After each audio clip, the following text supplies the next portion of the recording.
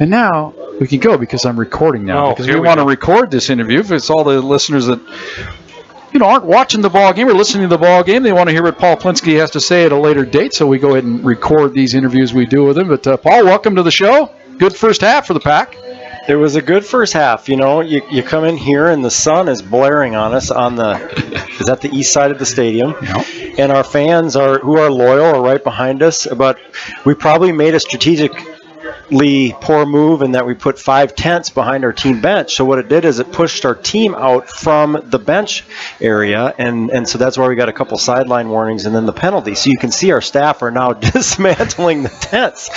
But the sun has gone down over the west side bleachers, and it's a beautiful stadium. It's a community venue, so they share this with the high school, the independent school district. It's pretty common in Texas. But what I don't like about it is it loses the home field advantage feel. There's the culture of being close to your campus, having the excitement, the energy just is a little bit lacking, although I would guess they've got close to 6,000 people here. So it's an interesting environment being in the Lone Star Conference, which is in our region, and it's a great opportunity for us to see what the Pack can do. So off to a good start. What year did you start? 2018. How good a first half of football was that you've seen, and comparatively granted, you got to take the COVID year out because they didn't play. That's a pretty good first half of football offensively.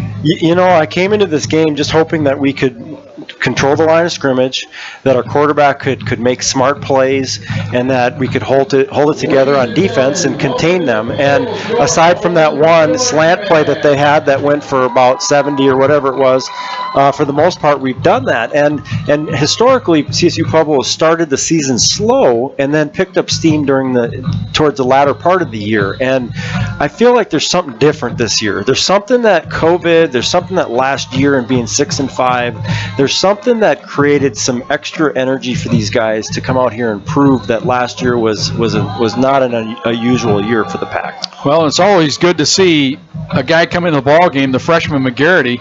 His first time he touches the ball, first play he makes, go for a touchdown. That's always nice. Yeah, it's pretty amazing to be able to see a collective group of guys, whether they're newcomers or they've been with the program for a while, to be able to come in and do some neat things. So it's it's one half a play. We know that the sun is now going down, so it's getting cooler.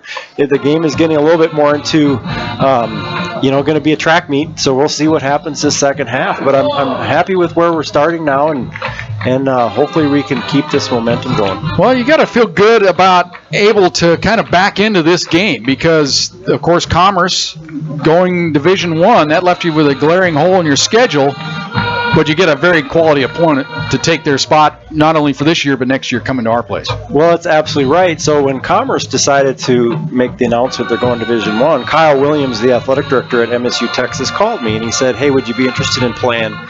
So first thing I did is I looked them up and I was like, ooh, they were 7-3 last year and they should have made the playoffs. Yeah. And then I looked up, kind of our history against them. We played them in 2015 in the playoffs.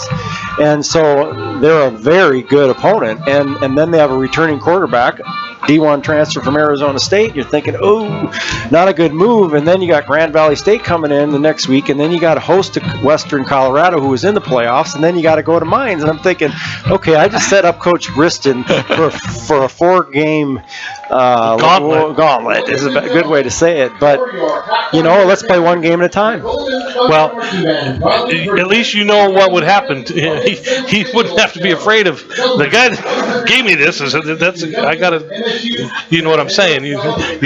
John, we got to talk. Bring your playbook.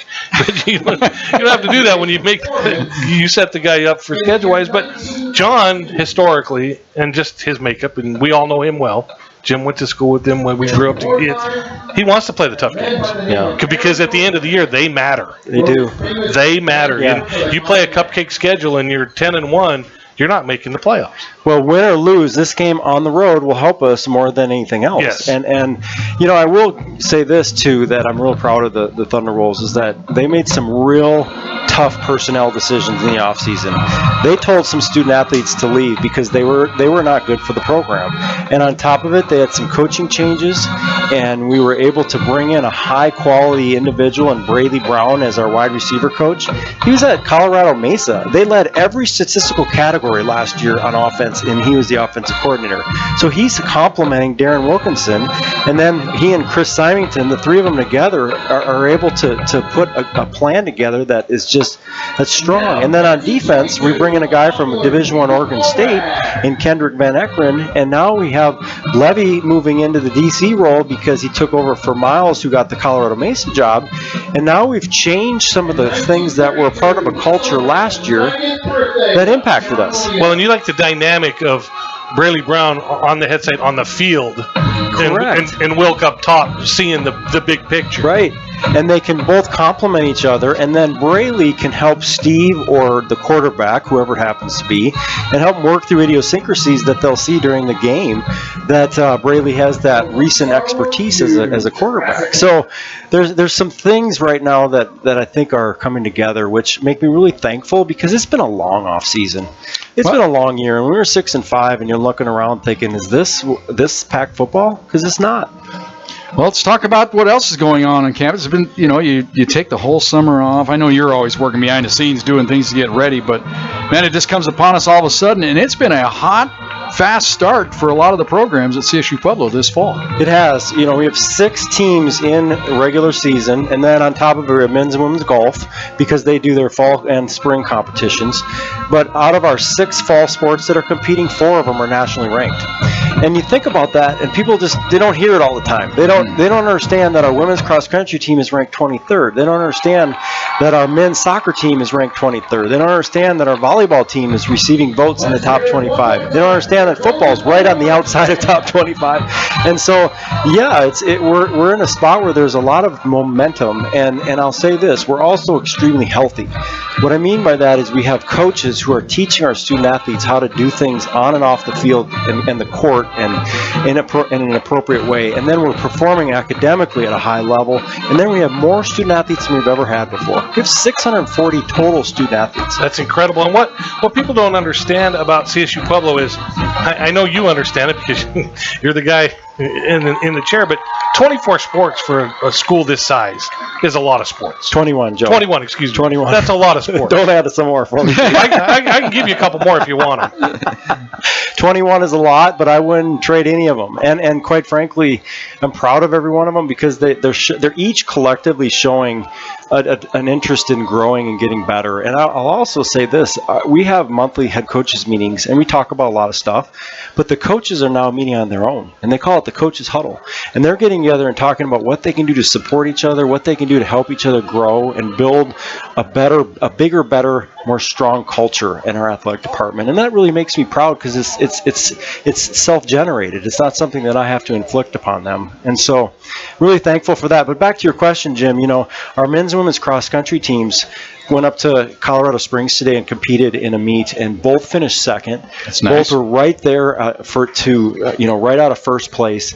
And the fun thing for me to watch is that we've got a real strong group of women that are ready to come back and get to national championships. We have 15 to 20 men cross-country runners that are all vying for that top 5 spot and the opportunity to make it then ultimately to nationals. And so we're grateful for that. Our men's soccer team, they're on fire. They're 3-1. They lost a heartbreaker to Fort Hays, number 7 in the country, at their place on a penalty kick a week ago. Yeah. But they beat a quality Division II opponent today, 6-0. And then our women's soccer team won last night, 2-1 against University of Bridgeport, which is a big win. They play again tomorrow, and I think it's probably going to be 100 degrees at 11 a.m.